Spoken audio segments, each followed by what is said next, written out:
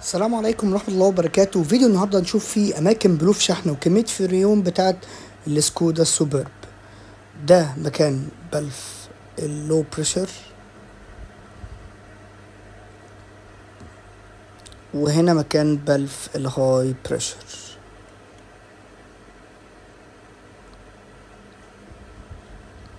العربية دي بتاخد فريون 1 2 3 4 واي اف.